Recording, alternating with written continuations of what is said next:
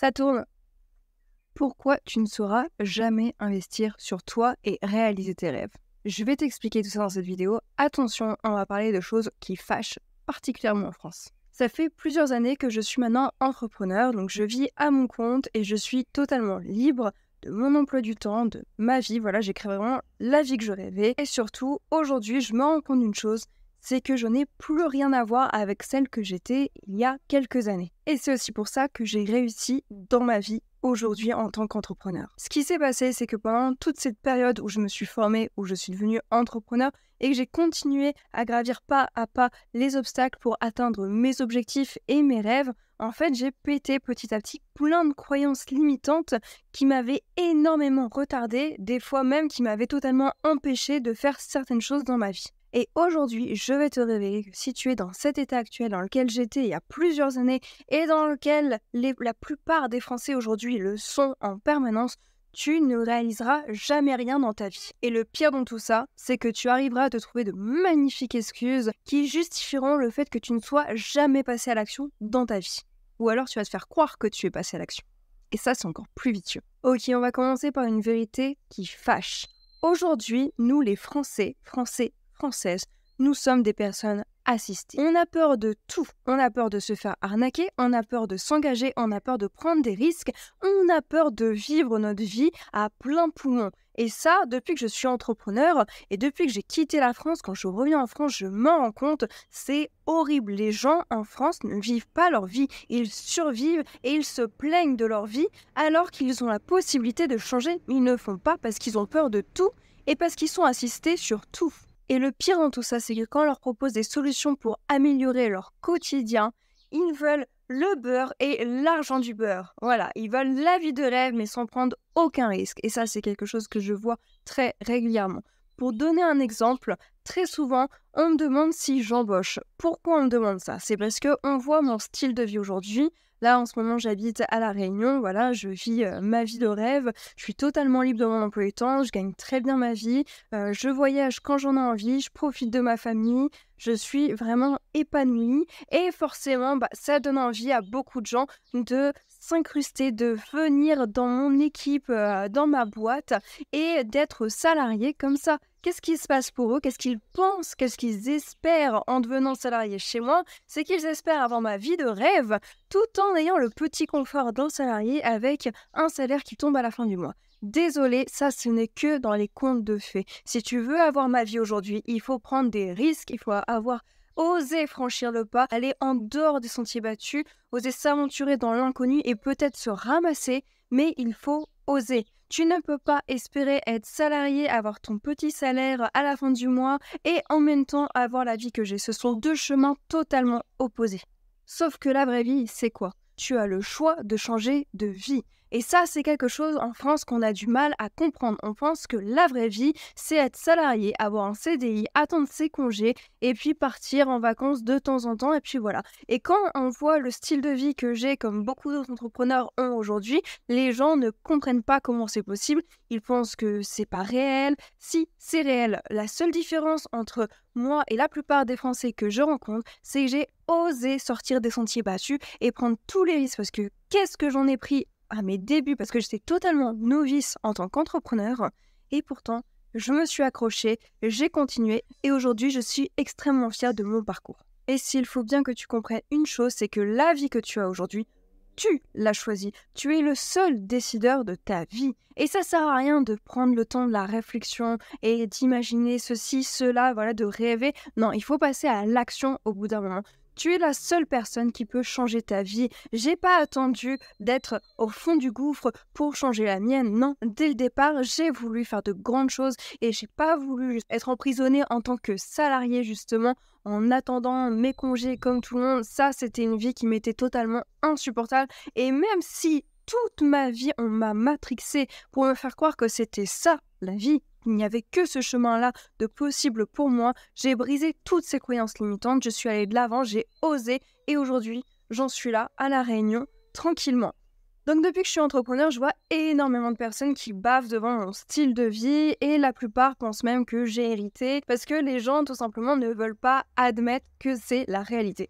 Et quand je dis les gens, je veux dire les Français. Parce que par exemple, aux États-Unis, la mentalité est totalement différente. Aux États-Unis, quand les gens veulent quelque chose, ils le font, ils passent à l'action, ils osent faire des grandes choses. Et pourtant, on va me dire, ouais mais Julien, en France, c'est pas pareil, t'as vu, le mode de vie, c'est difficile, la crise, ceci, cela. Aux États-Unis, la vie est bien plus chère et les gens galèrent énormément. Et en plus de ça, ils n'ont pas toutes les aides que les Français ont en France avec la CAF, avec Pôle emploi. Pour les études, tu n'as même pas besoin de payer tes propres études quand tu vas à l'université. Enfin, tu as une centaine d'euros à payer maximum.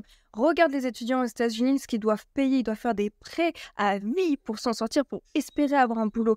Et pourtant, aux États-Unis, les Américains, ils osent se lancer. À chaque fois que je discute avec des Américains, à chaque fois, c'est des personnes qui ont osé faire des choses, qui n'ont pas attendu, qui n'ont pas réfléchi. Et crois-moi, la mentalité des Français et des Américains, c'est vraiment l'opposé et c'est vraiment très dommage. Parce que quand je leur parle de mon mode de vie, ils me disent « c'est normal, t'as fait des choix, t'as pris des risques, c'est normal que t'aies cette vie-là aujourd'hui ».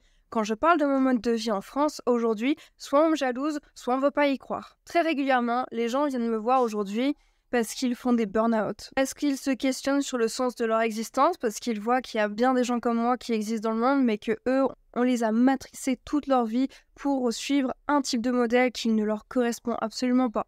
Certains sont dans la crise de la cinquantaine et se rendent compte qu'en réalité, ils n'ont rien fait avant ça. Même, tu as des personnes qui sont dans la trentaine et qui se rendent compte déjà de ça. Ça fait en général 5-10 ans qu'ils sont dans un boulot qui leur plaît pas spécialement, mais ils font avec, et puis quand ils se rendent compte que d'autres modes de vie existent comme le mien, ils se questionnent. Bref, ceux qui viennent me voir pour me demander comment j'ai fait ont tous un point commun. Ils sont perdus, comme je l'étais il y a quelques années.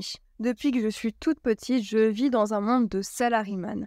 Donc, évidemment, pour moi, la seule option possible dans ma vie, c'était de trouver un petit boulot où, au mieux, j'étais payée 2000 € par mois, si j'arrivais à faire du bon travail ou si j'arrivais à avoir une bonne petite prime de salarié, et puis attendre mes congés comme tout le monde. Le problème, c'est que plus ça se rapprochait et plus je commençais à me rendre compte que je ne pouvais pas tenir jusqu'à ma retraite et surtout que ça me convenait absolument pas. Être emprisonné dans une entreprise, obéir à un patron, avoir des horaires de bureau et attendre quelques semaines par an pour partir en voyage, je suis désolée, pour moi, ça, c'est pas une vie. Certaines personnes adorent ce mode de vie parce que c'est du confort, c'est simple, c'est pratique, et peut-être qu'ils adorent être salariés et leur boulot. Moi, j'ai essayé des tonnes de boulots différents. Je suis passée de maraîchère à biologiste marin, à architecte, à bijoutière. Rien n'y fait. Qu'importe le métier que je fais, dès que j'ai des horaires de boulot, dès qu'il y a un patron au-dessus de moi, dès que je ne peux pas être libre de mon emploi du temps, je pète un câble. Et donc, pendant longtemps, j'ai été totalement perdue aussi, donc je comprends tous ceux qui viennent me voir et qui sont là démunis en regardant leur vie passer devant eux sans rien faire et ne comprenant pas comment ils peuvent changer ça. Parce que pendant super longtemps, on te fait croire que tu ne peux pas faire autrement. On te met tes limites, mais ce ne sont que des limites psychologiques. Et je vais te révéler un secret, c'est qu'aujourd'hui, tu as 90% des Français qui ne feront jamais rien dans leur vie. Ils vont le regretter, ils passeront à côté de tous leurs rêves parce qu'ils se sont mis des limites toute leur vie. Et qu'est-ce qui va se passer? C'est qu'à la retraite, ils seront simplement dans le regret de ne pas avoir essayé plus tôt. Fais attention, le temps passe bien plus vite qu'on ne le pense. Mais le pire dans tout ça, c'est que ces personnes auront les plus belles excuses du monde et ont les plus belles excuses du monde pour justifier ne pas avoir osé vivre pleinement leur existence. Je t'en sors quelques-unes juste pour le plaisir.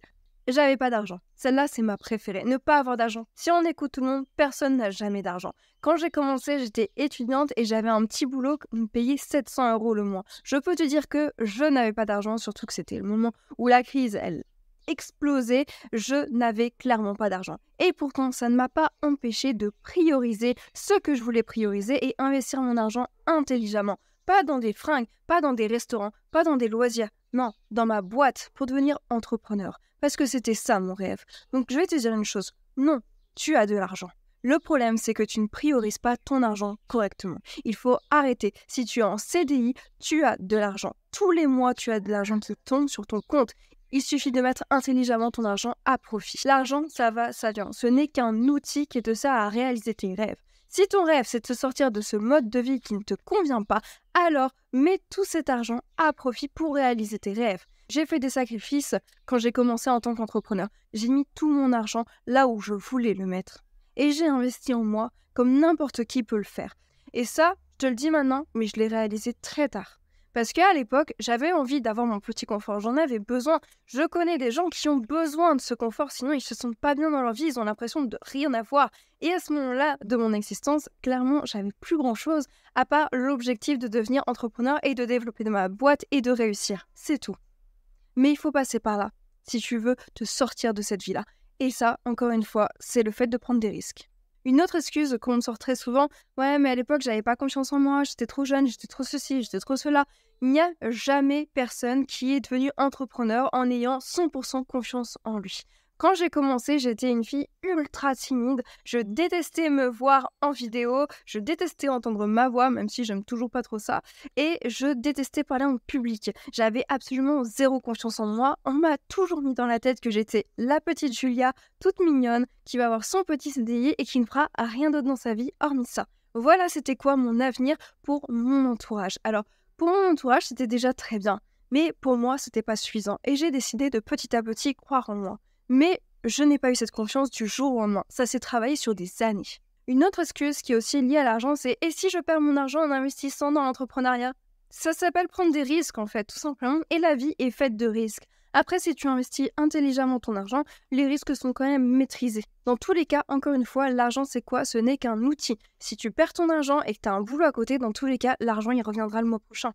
Par exemple, dans l'accompagnement que j'ai créé pour devenir travel planner et avoir la vie que j'ai aujourd'hui, tous les apprenants qui travaillent, qui sont suffisamment assidus, qu'en général quelques heures par semaine ça suffit, qui sont motivés et qui ont la passion du voyage, tous sont rentables. Pourquoi? Parce qu'il suffit d'avoir confiance en soi et d'être correctement accompagné pour réussir. Une autre excuse aussi qui arrive très souvent, c'est « ouais mais j'ai trop peur ». Mais tout le monde a peur, j'avais peur. Et bien évidemment que tu as peur, j'ai envie de dire, c'est même normal. Si tu n'avais pas peur en devenant entrepreneur, ça serait très bizarre. Là, je me dirais, oula, tu te rends pas compte quand même de ce que ça implique. C'est normal d'avoir peur et c'est très bien. Et cette peur doit être un moteur, pas un frein. Bref, je t'en passe des excuses, il y en a plein d'autres, je vais pas toutes les faire. En France, donc, tu as 90% des gens qui ne feront jamais rien de leur vie, qui vont même se persuader qu'ils font des choses pour aller de l'avant, en faisant par exemple des business plans, des prévisionnels financiers, en demandant à leur entreprise s'ils peuvent prendre un congé pour avoir un plan de mobilité de ceci, de cela, en faisant des formations CPF pour dire qu'ils ont appris des choses. Tout ça, ce n'est pas avancer, ce n'est pas passer à l'action. C'est te faire croire à ton cerveau que tu passes à l'action. En réalité, toutes ces choses-là, toutes ces actions-là ne sont que du passif et ne t'apporteront absolument rien. Ce n'est pas quand j'ai commencé à faire mon business plan que j'ai commencé à avoir mes clients. C'est quand j'ai commencé à appeler mes clients, à travailler en équipe, à m'entourer, à être accompagnée, à commencer à faire du marketing, à commencer à oser aller de l'avant et à développer ma communication. C'est quand j'ai commencé à faire toutes ces choses-là que j'ai changé mon mode de vie et que j'ai commencé vraiment à devenir entrepreneur et à aller de l'avant. Et pire encore, ce sont les personnes qui te disent « Ouais, je suis dans la réflexion, je suis en train de voir là ce que ça peut m'apporter, ce que ça peut pas m'apporter, etc. » Ça, je peux te dire qu'une personne qui dit ça ne passera jamais à l'action. Elle fera que réfléchir toute sa vie. Et je t'explique juste après pourquoi. Et je vais te dire un truc qui va peut-être te faire réagir pour la première fois de ta vie. Le temps que tu passes à ne rien faire, c'est de l'argent perdu. Je n'ai pas attendu une seule seconde avant de me mettre à l'action. Je n'ai pas attendu pour créer un process de vente incroyable. Je n'ai pas attendu pour avoir le plus beau site. Je n'ai pas attendu pour avoir un super Instagram et avoir plus de 1000 abonnés. Je n'ai pas attendu. J'ai testé directement mon offre et je suis passée directement à l'action. Et si j'avais attendu, si j'avais réfléchi en mode ouais, mais c'est jamais assez parfait, c'est jamais assez... ça sera jamais assez dans tous les cas. La réflexion de devenir travel planner et de rentrer dans l'entrepreneuriat, tu sais combien de temps ça m'a pris? Une journée. En une journée, je me suis décidée, je me suis dit, ok, je veux faire ça. Ça sert à rien de réfléchir 6 mois. Donc maintenant, passons à la dernière partie, les 5 points qui feront que tu ne pourras jamais investir en toi. Et si tu arrives à changer ces 5 points petit à petit, crois-moi, ta vie va totalement changer. Le point numéro 1 que je veux absolument aborder, c'est le fait de dire « je vais réfléchir, je suis en réflexion, je vais voir avec mon banquier, je vais voir avec ma famille, je vais voir avec mon mari, etc. etc., etc. » Bref, réfléchir. Je suis en pleine réflexion. Je vais t'apprendre un truc. Réfléchir trop te fera te planter royalement. Et quelque chose de très étrange que j'ai remarqué, c'est que plus les gens viennent me voir en me posant 1 milliard de questions sur ma vie pour savoir comment j'ai réussi, comment j'ai fait, comment c'est possible, et moins ils passent à l'action. Les gens qui viennent me voir, qui me posent 2-3 questions, ils sont déjà prêts. Ils sont au taquet. Ils se disent « Ok, vas-y, moi je veux faire comme toi ». Les gens qui me posent une dizaine de questions, ce sont des gens qui n'ont jamais passé à l'action. Et pourquoi le fait de réfléchir et de prendre un temps long, ça va faire que tu ne modifieras jamais ta vie et tu ne passeras jamais de ta situation actuelle à ta situation désirée. Pourquoi ? C'est très simple. En réalité, notre cerveau réagit de 2 façons, de manière émotionnelle et de manière rationnelle. L'émotionnel, c'est souvent ce qui te fait acheter, ce qui te fait justement passer à l'action. Moi, c'est l'émotionnel qui me donne envie de voyager, c'est pas le rationnel, bien évidemment. Mais le rationnel, par contre, il est le plus lent à réagir. Donc en fait, plus tu vas attendre, plus tu vas réfléchir et plus ta partie rationnelle va prendre de l'ampleur. Et qu'est-ce que ça va faire ? La partie rationnelle, en fait, c'est la partie du confort pour notre petit mode de vie que nous sommes les êtres humains. Le rationnel va te faire te dire « Non mais attends, c'est beaucoup trop de risques, mais tu te rends compte, mais tu risques de perdre ça, et puis ça risque de te prendre beaucoup de temps, et puis si tu t'investis pas assez, tu vas pas y arriver, et puis t'as pas les compétences de toute façon, et puis t'imagines pas le travail que c'est, et puis imagine t'y arrives pas, et du coup tu peux plus nourrir ta famille, et puis c'est ça ton côté rationnel. Quand je suis devenue entrepreneur, quand j'ai pris la décision de changer ma vie, j'ai pas attendu que mon rationnel me rattrape. C'est mon émotionnel qui a parlé et uniquement mon émotionnel. J'avais besoin, ça venait du cœur, c'était là, c'était mes émotions. J'avais besoin de changer de vie, j'avais besoin de me donner cette chance d'y arriver et même si je me plantais, qu'importe, au moins j'aurais essayé. Si j'avais attendu et j'ai failli attendre, j'ai failli avoir cette réflexion-là, jamais je serais passée à l'action et je serais toujours dans ma vie avant. Et je serais toujours en train de me plaindre, et je serais toujours en train d'être déprimée en permanence, à plaindre de la météo, à plaindre de mon salaire, à plaindre de devoir attendre mes congés, à plaindre de mon patron, etc. comme la plupart des Français le font aujourd'hui. Voilà pourquoi réfléchir trop longtemps, c'est extrêmement mauvais, en particulièrement dans l'entrepreneuriat. Parce que ta partie rationnelle ne te dira qu'une seule chose, et on est tous faits de la même façon. Elle te dira, ne prends pas de risques, c'est trop dangereux, on sait jamais. Mieux vaudrait rester dans notre petit confort actuel, même si c'est pas le truc le plus dingue, au moins c'est quand même bien, quoi. Sauf que la partie émotionnelle, qu'est-ce qu'elle te dit ? Ah, mais quand même, on pourrait avoir une meilleure vie. Et puis t'as vu quand même tous ces gens qui osent et qui partent voyager, qui ont du temps, qui ont l'air de vivre leur vie à fond, ça a l'air génial. Sauf que si la partie rationnelle elle reste trop longtemps, elle va totalement bouffer ta partie émotionnelle. Et là, tu peux dire adieu à tous tes projets. Et tu ne feras que regretter ta vie. Numéro 2, l'excuse de l'argent. Eh bah oui, on va revenir quand même un petit peu dessus, même si tu m'auras compris que, dans tous les cas, dire que tu n'as pas d'argent, c'est une fausse excuse. Encore une fois, quand j'étais étudiante, j'avais pas d'argent, et pourtant, j'ai priorisé mon argent, et le peu d'argent que j'avais, j'en avais pas non plus des masses, mais je l'ai fait. Et tout simplement, pourquoi ? Pour me sortir de ma situation. Et on va même aller plus loin dans ma démonstration. Dire que tu n'as pas d'argent, c'est encore plus faux, parce que là, on ne parle pas d'un achat, on parle d'un investissement. Quand j'ai commencé à investir de l'argent, parce que je me suis fait aussi accompagner à mes débuts, c'est pas par la magie que j'ai appris ce que c'était le business et que j'ai compris ce que c'était être entrepreneur. Non, j'ai été accompagnée par des chefs d'entreprise, par une équipe avec qui je travaille toujours aujourd'hui. Ça ne s'est pas fait comme ça, en claquant des mains. J'ai pas eu la science infuse du jour au lendemain. Non, par contre, j'ai investi en effet beaucoup d'argent, mais j'ai investi. Et c'est là toute la différence. Je savais que cet argent pouvait potentiellement me rapporter bien plus. Et c'est exactement ce qui s'est passé. Alors oui, j'ai investi des milliers d'euros au début, comme toutes les entreprises qui débutent. Parce qu'une croyance aujourd'hui, c'est de croire qu'on peut créer une entreprise en dépensant 0 ou en dépensant même pas 300-500 euros. Désolée de briser les mythes, mais en réalité, une entreprise, si tu veux la booster, si tu veux scaler ta boîte, si tu veux au moins la développer correctement, eh bien, il faut quand même investir au moins des milliers d'euros. Alors je dis pas 50 000 euros, mais au moins 3, 4, 5 000 euros. Et cet argent que j'ai investi, et c'était toutes mes économies, eh bien ça m'a rapporté bien plus. Et c'est ça la magie de l'entrepreneuriat. C'est que tu investis de l'argent, mais c'est comme en bourse, c'est exactement le même principe. Tu investis de l'argent en prenant le risque, bien évidemment, tu peux perdre cet argent. Mais si tu bosses, si tu es assidu, si tu es motivé, si tu as la passion, il y a vraiment très très peu de risques, surtout si tu es accompagné, de te planter. Si tu te plantes, c'est que tu n'as rien fait, absolument rien. Il n'y a que comme ça que tu peux te planter. Dans tous les cas, tu pourras rentabiliser cet argent. Numéro 3, tu écoutes les autres. Ça, c'est quelque chose que tout le monde fait, surtout au début, quand ils ont peur de se lancer dans un truc nouveau, en particulièrement l'entrepreneuriat. Ils vont écouter leurs proches, leur entourage. Et je vais te dire, si tu écoutes ton entourage, tu n'avanceras jamais dans ta vie. Si j'avais écouté mon entourage à l'époque, eh bien, je serais restée salariée parce que tout le monde me disait que c'était mignon ce que je faisais, mais faut arrêter de rêver, Julia, la vie, elle est pas là. Voilà ce qu'on me disait. Si j'avais écouté ces gens, tu crois que j'en serais là aujourd'hui ? Si tu as un rêve, alors fais tout ce qui est en ton pouvoir pour réaliser ce rêve, qu'importe ce qu'est ce rêve. N'écoute jamais ceux qui te diront que c'est une question de chance ou que ce n'est pas fait pour toi. La majorité des gens que tu rencontreras dans ta vie te diront de ne pas te lancer, de ne pas le faire. Ils te diront que c'est totalement impossible, alors que ces gens ne font que projeter leur propre insécurité sur toi. La seule personne qui décide ce qui est possible, c'est toi. À partir de là, que tu réussisses ou non, c'est plus un souci. Le plus important, c'est que tu essayes de réaliser tes rêves. Avoir un rêve et se battre pour ce rêve, c'est une des plus belles choses au monde. Et ce, peu importe comment l'histoire se termine. Numéro 4, ce n'est pas le bon moment pour me lancer. Je vais t'apprendre un truc, c'est que le bon moment, il n'existe que dans les contes de fées. Il n'y a pas de bon moment. Il n'y aura jamais de bon moment. Le bon moment, c'est le moment où tu te décideras de te bouger. La vie est faite de plein de choses, donc il n'y a pas de bon moment. Les seuls bons moments, c'est ceux que tu provoques par toi-même.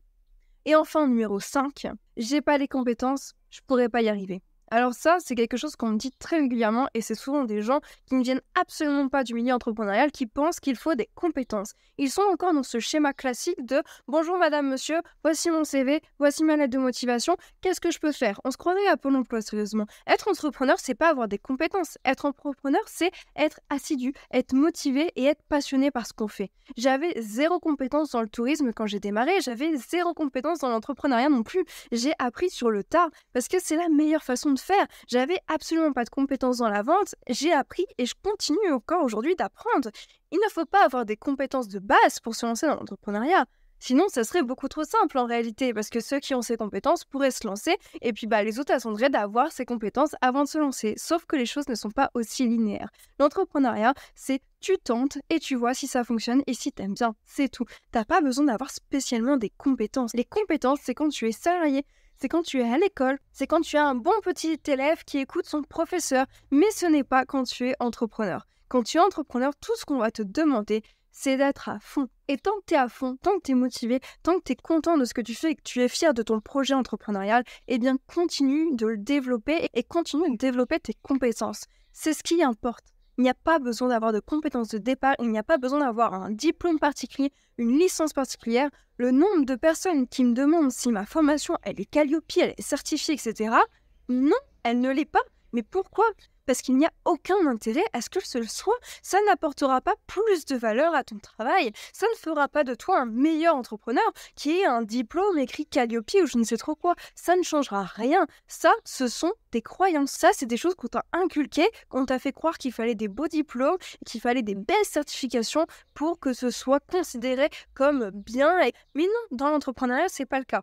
D'autant plus que mon accompagnement ne pourra jamais être certifié Calliope parce que je suis hybride entre une formation et un accompagnement personnalisé. Donc je rentre même pas dans leurs cases. Et tant mieux, parce que je ne veux pas rentrer dans ces cases-là. Alors je vais pas te dire que tout est possible et que tout le monde peut se lancer, parce que c'est faux. Tout n'est pas possible et pas tout le monde peut se lancer. J'ai plein de potes qui sont super contents d'être salariés et qui vivent leur vie à fond. Et moi, clairement, je ne pourrais jamais être salarié par contre. Et je suis très content d'être entrepreneur. Mais par contre, une chose que tu dois retenir et que je peux te dire avec certitude, c'est que tu n'en sauras jamais rien tant que tu n'auras pas essayé. Cette vidéo est maintenant terminée, alors je sais que c'était une grosse vidéo avec énormément d'informations, mais bon, ça fait plusieurs années que je suis dans l'entrepreneuriat et je vois qu'en France, on n'a pas du tout la bonne mentalité pour devenir de bons entrepreneurs et qu'on a vraiment peur de tout et qu'on se cherche des excuses en permanence. Donc j'avais besoin de faire cette vidéo parce que si cette vidéo peut t'aider à te bouger pour la première fois de ta vie et à oser sentir la vie sous tes pieds et à faire ce dont tu as envie et de réaliser tes rêves, mais vas-y, fonce. La vie, on n'en a qu'une, alors il faut en profiter. Donc si tu as aimé cette vidéo, je t'invite à me laisser un petit j'aime, un petit commentaire aussi pour me dire si tu as déjà fait ce premier pas ou si tu es encore en pleine hésitation. Et si tu es encore en pleine hésitation, et faire en sorte de plus l'être et de profiter et d'être fier de toi, surtout quand tu seras plus vieux. Tu regarderas en arrière et tu te diras « Ah putain, ouais, j'ai quand même accompli tout ça. » Et même si c'est des foirés, on s'en fout. Tu auras au moins essayé et c'est ce qui compte. Et moi, je suis super fière de ce que je fais et je compte bien continuer comme ça toute ma vie. Donc voilà, je te laisse. Moi, je vais aller à la plage et puis on se dit à la prochaine.